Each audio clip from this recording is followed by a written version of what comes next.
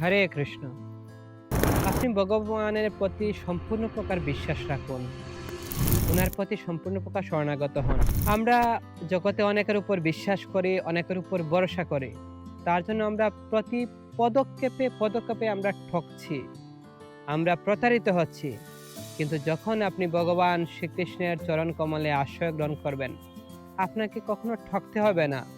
কখনো আপনি তার নিকট থেকে আশা হারাবেন না। আপনি যেটা প্রার্থনা করবেন সেটা আপনার কাছে তিনি পূরণ করবেন। যেটা আপনি বাসনা করবেন তিনি সেটার প্রতি সায় দিবেন।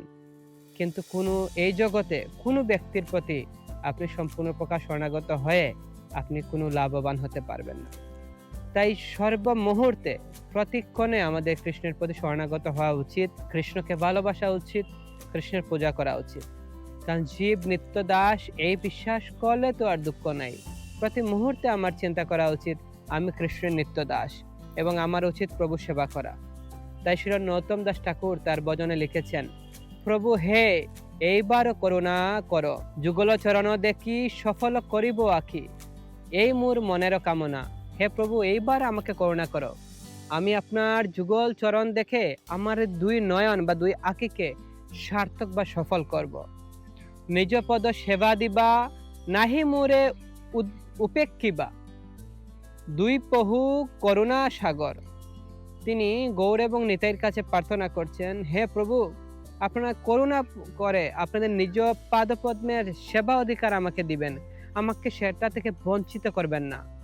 কারণ আপনারা দুই প্রভু হচ্ছেন করুণা সাগর।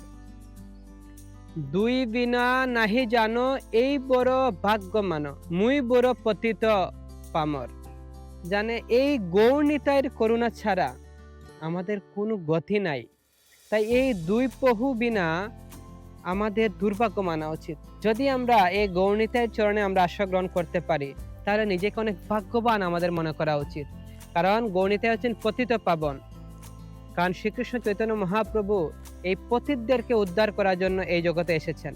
তাই ভগবানের সমস্ত অবতারের মধ্যে এই শ্রীকৃষ্ণ চৈতন্য মহাপ্রভু তিনি হচ্ছেন পতিত পাবন।